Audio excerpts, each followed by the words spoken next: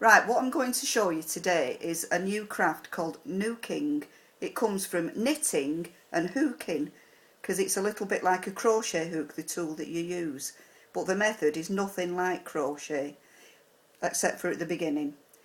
When you get a Knooking hook, it's like a long needle with a hook on one end and a cord on the other that's put through a hole. So to start off, make a slip knot like you would probably with any knitting or crocheting. I'm using a Aran wool and a very thick hook. It's 6.5mm, but I want it to be clear. So you've got your wool and a slip knot. Wrap your wool round your fingers like you do with crocheting, and then draw through your loops.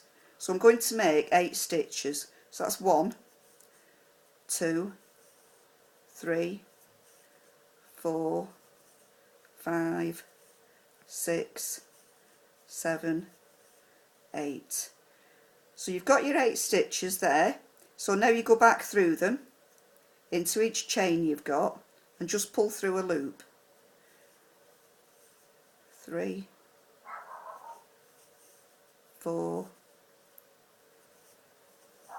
5, 6, 7, 8. So there's my 8 stitches on the Knooking hook. What you do next, to do your next row, you slide it off the hook and onto your cord. I am going to improve on this because knitting off a cord isn't particularly easy. So you've got your main wool at this end. It's easiest if you wrap it as though you're crocheting again. You've got your hook. So you go into your first stitch and pull it through. This is a knit row. So instead of putting your 2 needles together and wrapping your wool and then pulling your other needle down and through, you're just putting your hook through the stitch, pulling it through and leaving all your stitches on the hook pin. As you can see, it's not that easy to do on a cord. I'm going to do mine so I can do it off a wire because it'll be smoother and the stitches will stand out better on it. This is the trouble with a cord, your stitches tend to disappear a little bit. 7, 8. So that's 2 rows done. So pull your cord out, slide your stitches back onto the cord, get your wool, and off you go again. This is row 3. 1, 2, 3, 4, 5,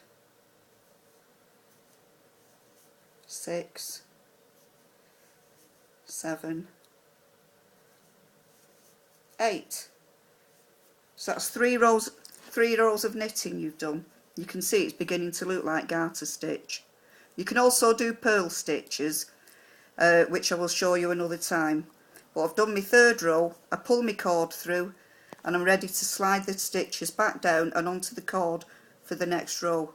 Of course, depending on the length of your cord, you can do hundreds of stitches if you want. But what I'm going to do, I'm going to drill a hole in the end of my needle and slide an electric wire into it and glue it in, because then it'll be smoother to work on and it won't collapse like a cord does. Okay,